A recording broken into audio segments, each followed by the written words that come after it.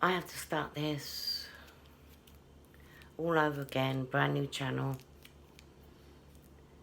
Every time I release a video, shadow banned, viewers blocked. Yeah, I'm really having difficulty. My email's stolen, can't get into, hacks. Really big problem. I wasn't even going to do this video today, but I've really got to get it out.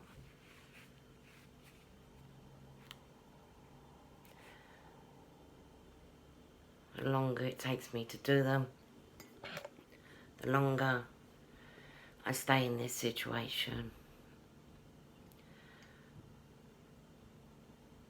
I can't go to the police for help.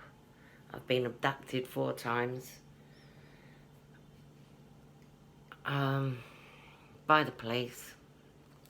Locked up in hospital to have my memory wiped. But yeah, it's been a real crazy situation.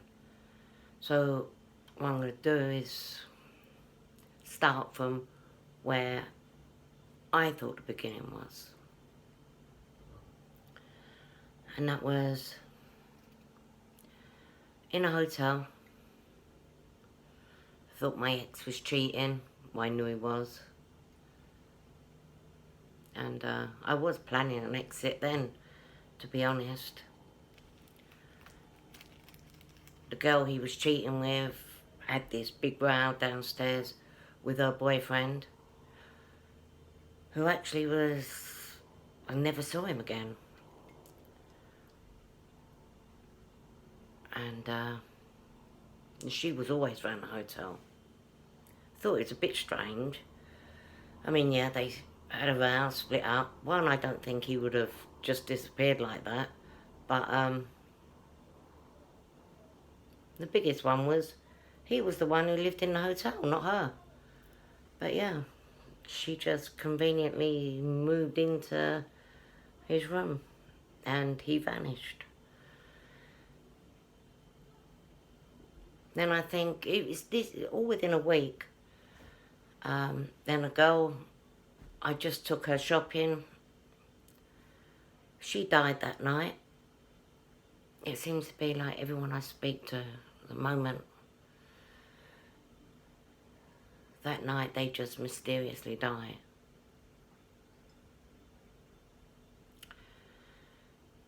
I think it was about 2 days later, my ex came in the room and said, "Oh, somebody else died last night." And I'm like, how? Oh, I don't know, they just died. So yeah, just a couple of days after that, he tries to kill me. Laying in bed, punches me straight in the head. He's not even angry.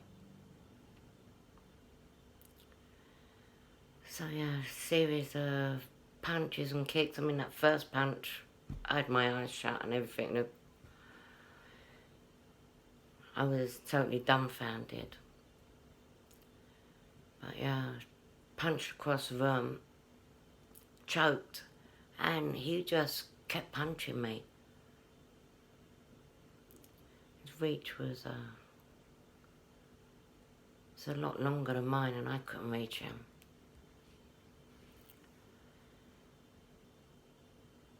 But yeah, by the hand of God, I got out there. I collapsed in the car park trying to get away.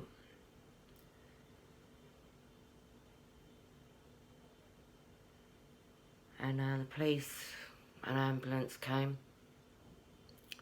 He was arrested, but they let him go. You know, I didn't even think of police involvement at that time. I just thought maybe a bit incompetent. But then there wasn't very much done about the other girls that had died. Anyway, I left that night. Went to the hospital, and then I left. I drove all the way down to London, and I went to the hospital again when I got there, and actually found out I had several sub-centimetres of brain damage. which is why I suppose I collapsed in the car park.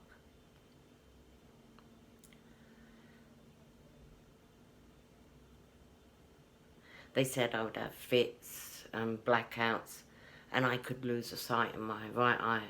Fortunately, I didn't get any of them. I mean, God is good, you know. God is good.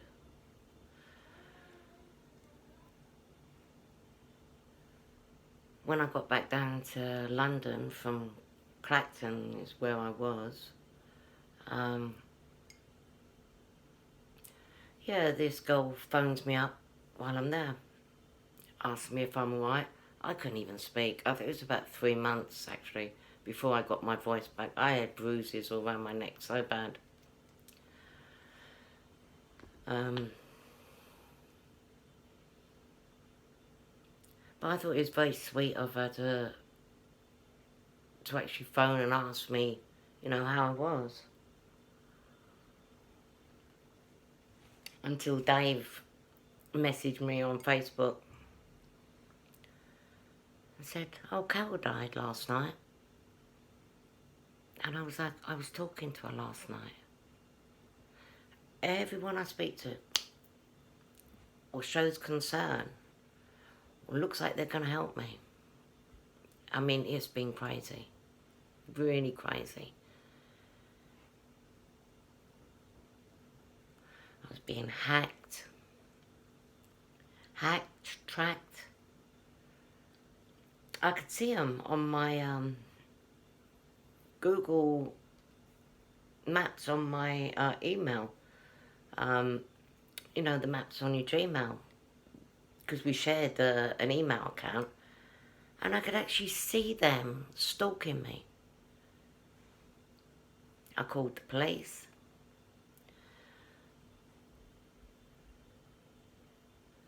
They wouldn't do anything. And then I started getting this blackmail. Continuous blackmail. Evidently, he'd made a video of us in bed and he was going to blackmail me with it. But of course, he'd already told me that he'd shown everybody this video and they all had a good laugh.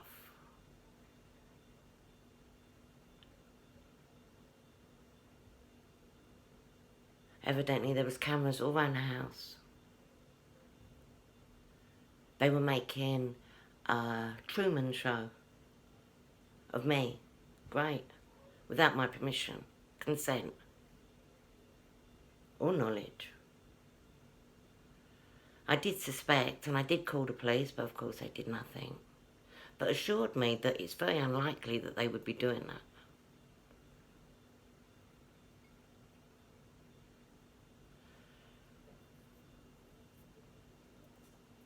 I had the humiliation thing from all his friends.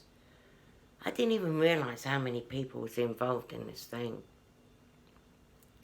But yeah, when I went back down to London that night,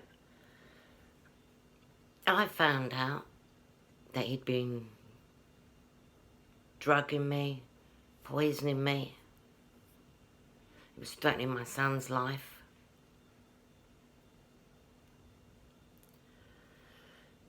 I went to the police down here, they done nothing.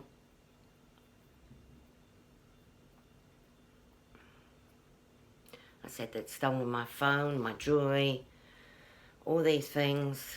They said I would just have to accept the loss. I said the phone goes into my bank account and everything.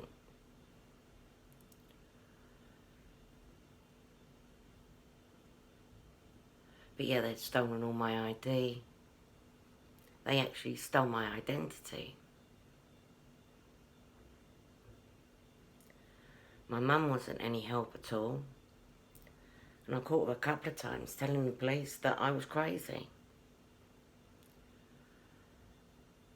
And then one time when I went down the station, because they were threatening my son's life,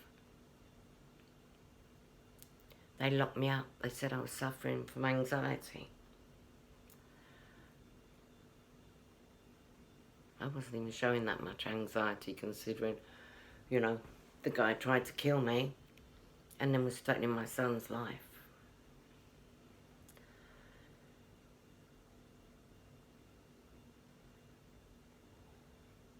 But all they were concerned about, you know, I mean, I did have a tribunal and I was released. But when I went back upstairs to get my things to leave, they refused to let me out the hotel, hospital. I mean, I think the way I'm going to do is I'm just going to briefly go over the things that have happened, and then maybe, you know, like, share, subscribe, get further updates. If I can go live, then, you know, I can actually interact with people and actually say things that maybe I wouldn't even think of, you know, through questions, which would probably benefit me.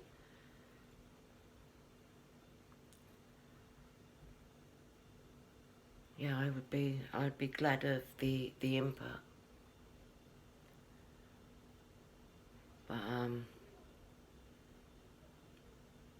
yeah, my son was doing his nut, and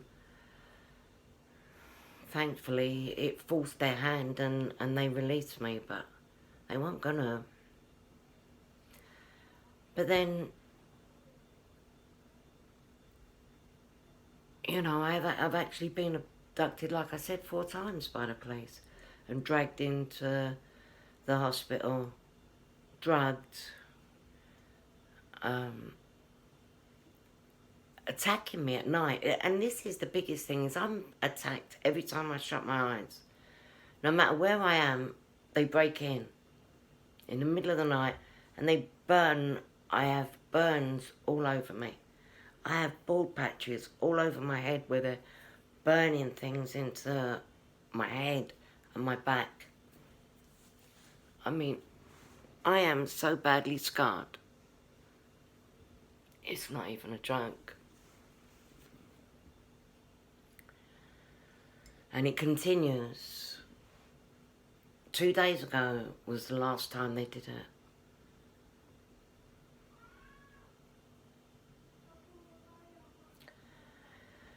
So yeah, I've been attacked many times, beaten, raped, stalked everywhere I go, like gangs of people following me everywhere I go.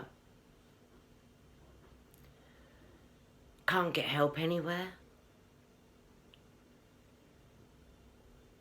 The hospital, social services, they stopped helping me because I'm disabled, and I did have a personal assistant to help me with things at home. And they stopped that. And then later, I found she was actually breaking into my house. My money stopped. My disability and my ESA just stopped. The payments just stopped. This, what they're burning into my back, is all like monitoring, and it's what they do to hackers and paedophiles, that they have to have the internet monitored. Obviously, they don't do it, you know, they don't limit their internet by their computer, because they'll just use another computer. So it's actually, they burn these things into your body, so as it's like a signing in thing. So my enemies are signed into every account, every phone, every yeah, I'm like being watched, monitored, my calls blocked, redirected to them. I couldn't get help on the phone. I was in lockdown for a couple of years.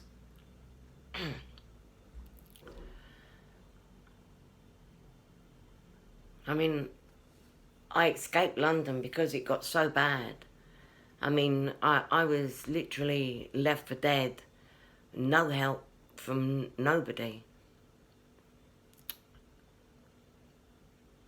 And, I mean, I changed all my locks, tied up all my windows.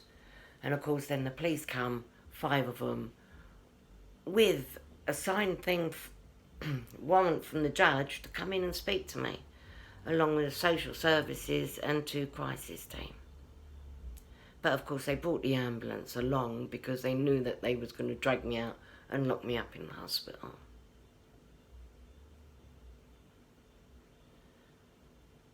They took the wall off of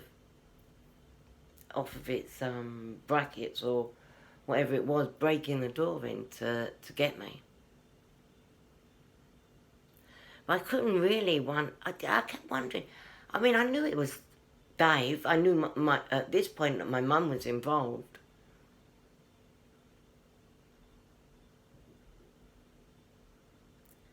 But I couldn't think, how is he getting the hospital and the police to do all these things for him? Obviously, there's a lot of money involved. And I didn't actually work it out that I'd been left an inheritance that I didn't know about. 2 or 3 of them, actually, that I didn't know about. That my mother had stolen and actually hired everybody, all my friends, the rest of the family, my ex's family, everyone that I'd come in contact with, they were paying them to keep me basically in a glass jar. Yeah, I can go where I want, but I don't go on my own. Yeah, I can ask for help, I don't get it. I mean, I kept holding out for the thought that there has to be help out there for me somewhere. Otherwise, they wouldn't bother with trying to keep me quiet. They wouldn't bother with sending me, dragging me, kicking and screaming to the hospital to have my memory wiped if they weren't concerned about somebody. You know, somebody out there was capable of helping me. But it wasn't the police. And it wasn't the FBI, which I was actually directed to at the American Embassy. They refused to help me. And I went to the National Security, I don't know if it's MI5 or 6, just at Vauxhall. And that was the craziest thing, because one, they were just treating me like an idiot at the gate, and of course they weren't going to help me. But as I was wearing a sun top with it all exposed on my back, right across my back, and it's very obvious, especially to the authorities, what it is, you know.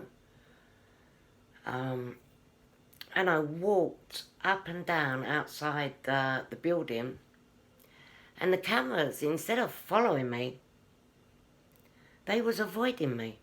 So obviously there was somebody they didn't want me to see, but for some reason it was just so well organised.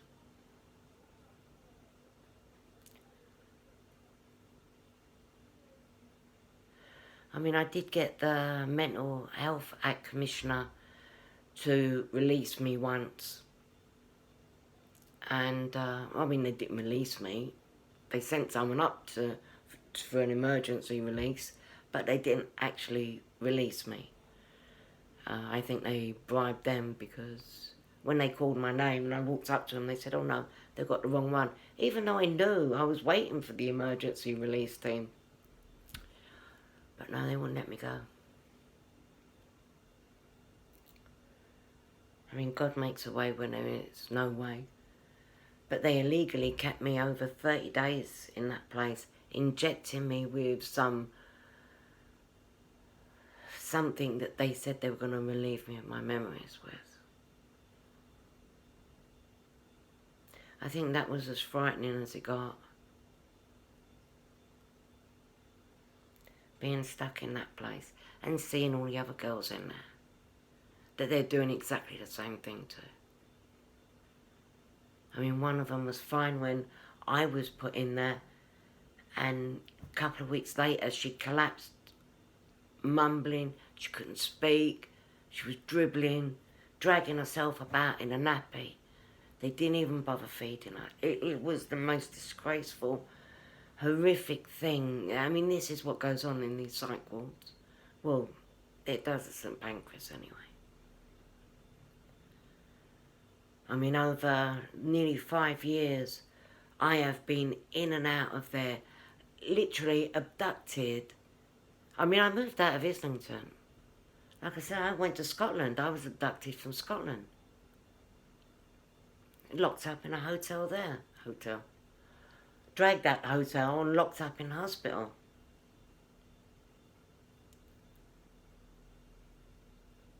I went from hotel to hotel to hotel because I wasn't going back to Islington. But the police, no matter where I went, got me. And the doctors came from St Pancras. They came from Islington, specially to see me. I mean, they even paid for a private ambulance from Blackpool, which was the last place that I lived. And I lived at 92 Savile Road, 90 to 92 Savile Road in Blackpool. And it's like, that was a big setup because the council wouldn't help me. So I had to find somewhere. And of course, my internet's directed only where they want me to look, and you know, I don't get the real pages and I don't make real calls. So really, when I found a place, I should have known it was a setup. But I didn't know until I found a doorway through the wall that was a mirror, tongue groove right away throughout the house, the flat, where they were just climbing in through the attic at night. There was nothing I could do to stop them. I tried. There was like a made-up bed. It was like just a wooden hollow base. And there was a board that they was actually coming in from next door. They was using the guy next door to come in. That's where they got access to the attic. And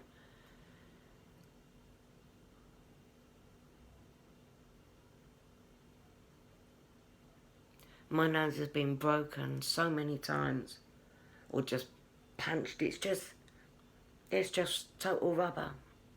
It's like 3 times the size of what it should be.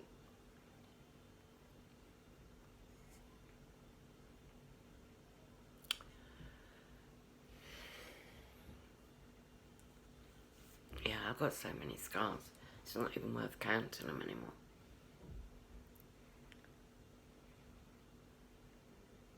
But yeah, I would say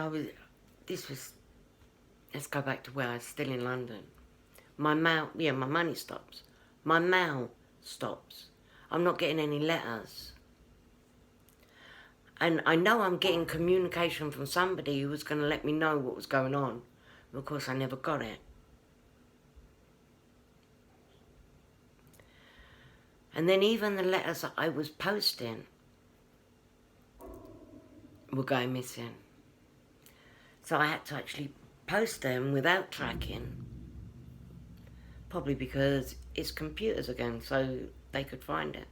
I actually had to post my letters outside Islington without tracking and as sneaky as possible because I knew I was being followed.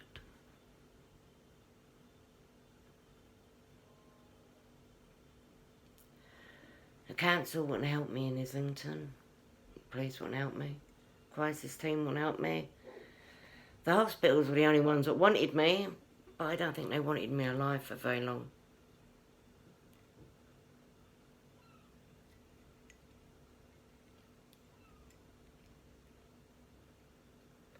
It's like being attacked and just waking up. Couple of ribs broken, you know. Yeah, I mean, it was everything. It was my chemist messing about with my prescriptions.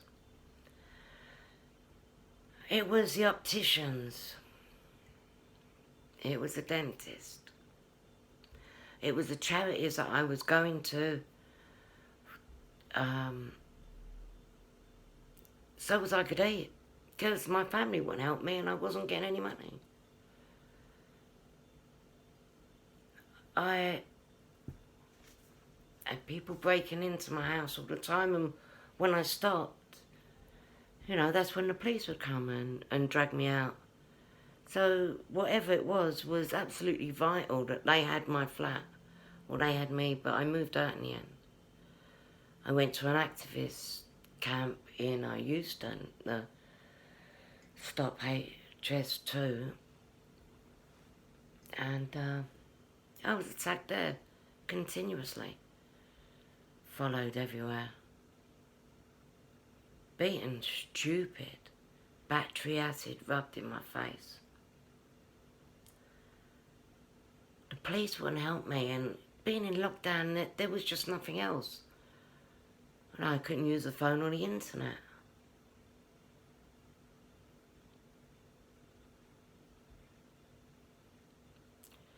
And the only thing I could do was stay there, because it was probably the busiest part of London, because it was like a ghost town.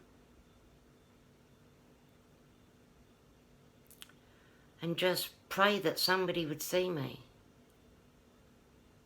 Or I might have had an opportunity to pass a message to somebody. But I never got a chance to... I mean, I did get one chance. I took it. And I think it paid off, but... yeah, it seems to be people in government that are actually keeping this lockdown and stopping me from getting any help. Because it's not individual police officers. No one will help me from here to Scotland, Blackpool, Doncaster, Leeds, all over London.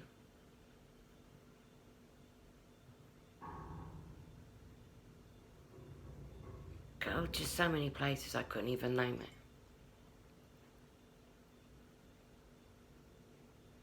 So no one will help me with accommodation so as I could be safe. No one would actually help me with the problem. It's like I was just going from hotel to hotel. And every hotel that I stayed at, you know, the hotel gave the people keys to come in and attack me. It has to be somebody in government, or a lot of them in government.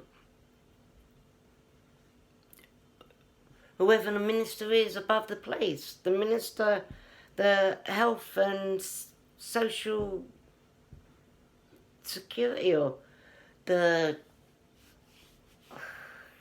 probably... My friend kept going on about the Secretary of State is her friend. Oh, there you go, there's one. I think they all resigned. I think that was when I started to twig.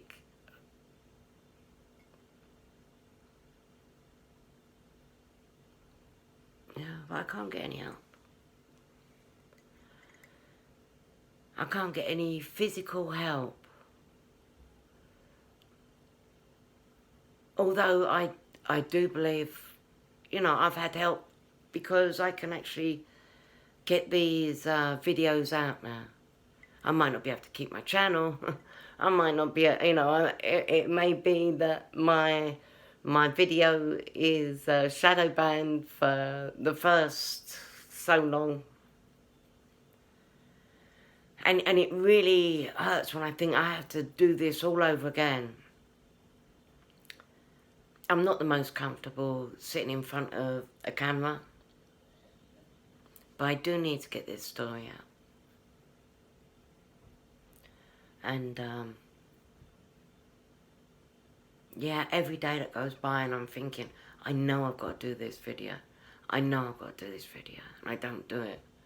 And it just gets heavier and heavier. probably hurts even more than the attacks, you know.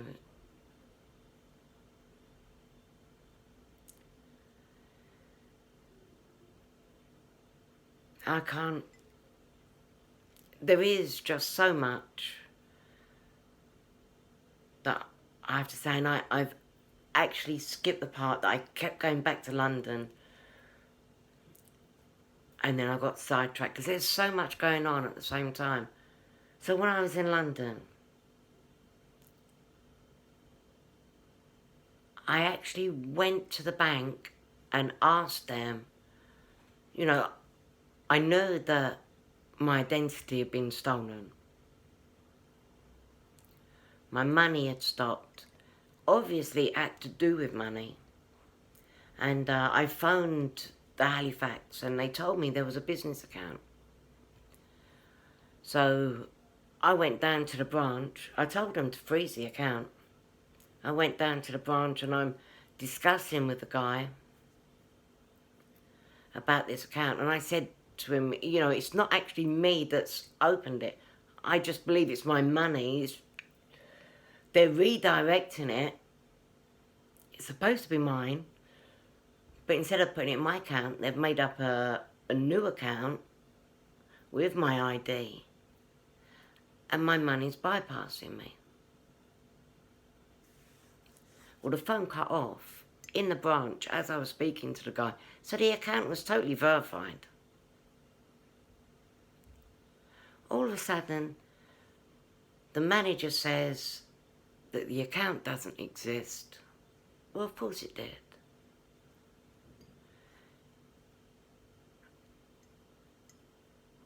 And then he looks in my account and he sees that I had something like £2.50 in my account. And he just laughed at me. He wouldn't contact the fraud for me. Obviously, I couldn't do it.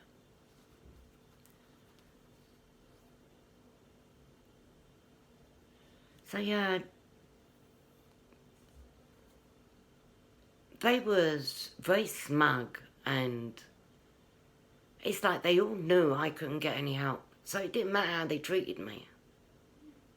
And when I say I was treated badly by everybody, it's not even an understatement. I mean, really badly.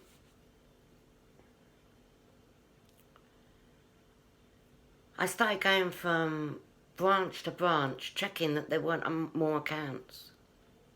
I'd heard mention of offshore accounts and things like that my friends are talking about. One of them wanted to know that if I knew anybody in Germany because they want to open up an account.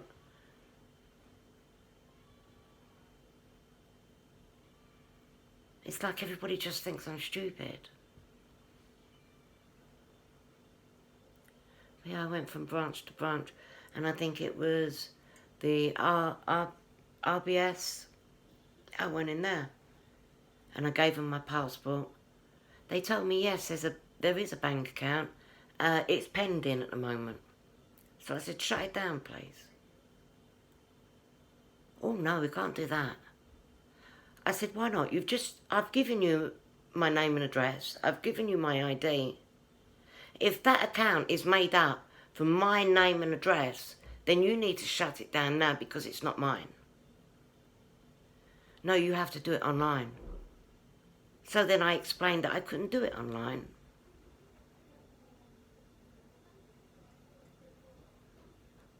Well, then you need to phone fraud. I said, no, you just need to tell your bank manager and you need to shut this account down. No, we can't do that. You have to do it online. And then they ushered me out telling me to shut up.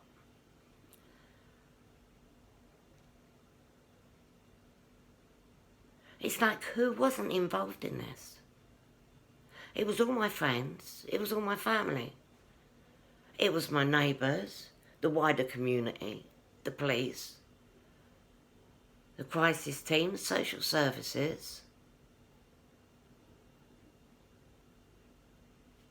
I mean, it just goes on and on and on. The wider community, I'm followed everywhere.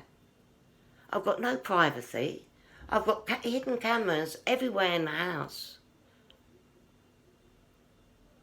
even in my bathroom, the Truman Show, which they're making a fortune of, and evidently this is one of the streams of income that they are bypassing me, and it's absolutely disgusting. That I would, you know, I'm a grandmother. Why would I want to choose now to start exposing myself, my life, my privacy, my bathroom? I mean, come on. What are these people sick? And when I went to Blackpool, I mean, I finally got my money sorted out. I'm trying to get a Motability car because I need to get about. And the guy was lying through his back teeth. It's like I never had any choice of any car. It had to be this particular one that doesn't really go over 70 miles an hour. When I got it, I got a ticket on my car with a blue badge 2 days in a row. And the second day I was walking out to the car and the car locked as I walked towards it. And I absolutely knew that the guy was going to do it. So there's another key to my car that he's given to other people to terrorise me. It's like people were taking my car out at night using all my petrol. I was like, yeah, and taking my blue badge out the window so I get a ticket, then putting it back. So as I would think that I'm going mad, which I'm far from thinking that I'm going mad.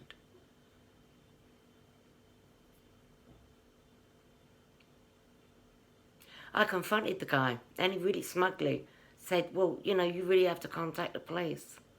Really? I think it was only 2 weeks earlier, they'd abducted me and took me back down to London. So yeah, I was frightened to leave my car. They'd been poisoning me in the flat in Blackpool, everything. They must have put it in everything in my food. You know, they weren't just attacking me, they were... And I got really, really ill. And I thought I have to get away from it because they're either gonna kill me or I'm just gonna die. I could hardly stand up. I knew they had keys to my car. And I took a couple of painkillers, a couple of codeine, which I'm prescribed. But you just bind my stomach up long enough so I can actually get out and drive somewhere. Oh, I was being hunted down. They must have put trackers in the car as well. I had cars following me all over the country. I went from town to town, to village, and every time I shut my eyes in the car, I was attacked. Every time I pulled up, someone pulled up beside me. Always doing something on their phone.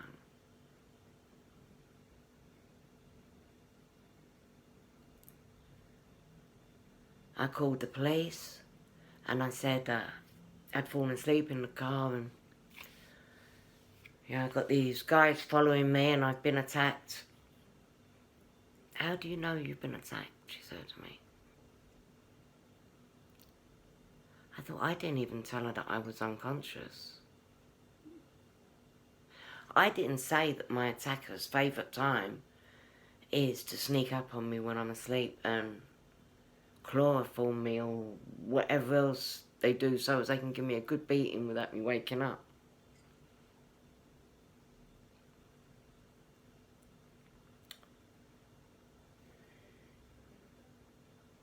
No, they don't leave any trace. I'm covered in scars, head to toe. Head to toe.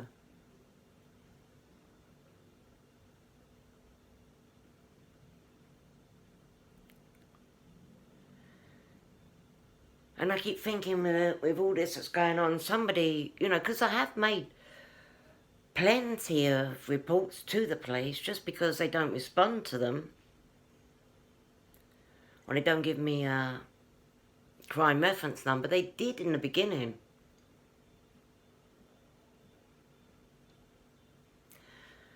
You know, if they wanted to help, and obviously they don't. So the only thing I can do is to get my story out. Tell her the horrendous treatment that I've had. Name the places that was involved. Maybe get some help for the other women that are locked up in that hospital. Maybe save a few lives. God knows how many they've done. It's like I've been... Yeah, so it's jail institutions as well, with these monitoring things. I mean, government agencies all the way along.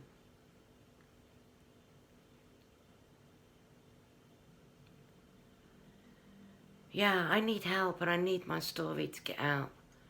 And like I said, please like, share, subscribe. Get this circulating, please. Look out for any updates, and look out if I do manage to go live. You know, ask what you will. Absolutely anything you want to ask. I mean, okay, I'm very aware that probably 90% of my viewers are going to be my enemies, but hey ho, we got to do this anyway. And if there's anybody out there that has a podcast, and you know, drop me your email in the comments. I'll get back to you. Maybe we can set something up. I'm a lot better speaker when I'm speaking to somebody than when I'm actually talking to myself. I'm really not a good talker when I'm talking to myself. I can get very lost. And there's plenty of rabbit holes to jump down with the places. I'm recalling all these things. And, you know, many times there's a lot of these things that was happening all at once. You know, when you're just talking, you can only say one thing at a time. Or what came first, or what's more important. And, yeah, your questions would be. So, yeah, please.